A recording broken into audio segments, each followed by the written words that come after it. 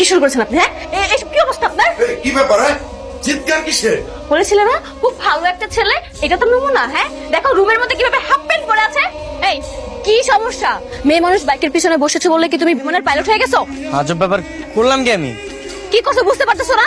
আমার মতন সুন্দরী মেয়ে তোমার পিছনে বসে ইচ্ছা করে এখন টাচ লাগার জন্য ব্রেক করেছো। আরে আসছে আমার সুন্দরী মেয়ে, সারাদিন তো করো মেকআপ, মেকআপ না করলে কেউ ফিরত তাকাইতাম। এই তো 10 মিনিট।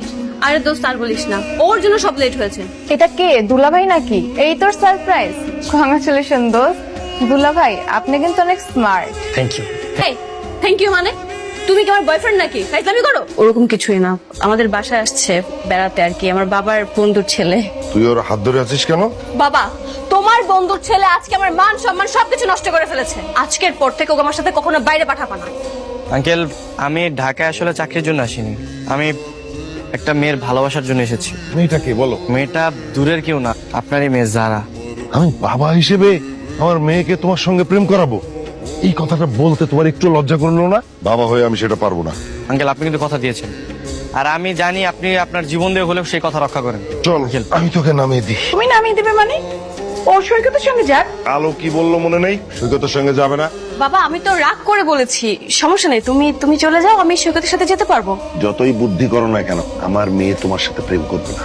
আচ্ছা, না পড়লে তো আপনার জন্যই ভালো, তাই না? হ্যাঁ, তাই বলে একটু চেষ্টা করতে দিবেন না? আমাকে একটু চেষ্টা করতে দেন। চাপে ফেলে বাবাকে দিয়ে মেয়ের সঙ্গে লাইন মারছো, কাজটা কিন্তু ঠিক না। আপনার সমস্যাটা কি? ফোন দিয়ে ডিস্টার্ব করতেছেন কেন? একসঙ্গে রিক্সা যাচ্ছ ঠিক আছে, কিন্তু ফাঁকা ফাঁকা বসবে। আমার মেয়ের শরীরের সঙ্গে যেন টাচ না লাগে।